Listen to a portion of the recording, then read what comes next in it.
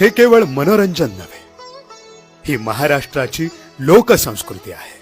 हे आहे आत्मरंजन, entertainment for the soul. इथे कोणीही सुपरस्टार सेलिब्रिटी नाही. दिवसभर जगण्याच्या रंगमंचावर कष्टाचा घाम गाळणारा मातीतला माणूस रात्र झाली की रंगांचा पेटा रावतो, चेहऱ्यावर रंग चढवतो, रंगदेवतेला अभिवादन करून आयुष्याच्या दुसऱ्या अंकात तो प्रवेश करतो. तेव्हा त्याच्यातला कलाकार संचारतो. इथली लाइटिंग, म्युझिक, स्टेज सगळं अगदी साधेपणातलं सादगीपूर्ण सौंदर्य.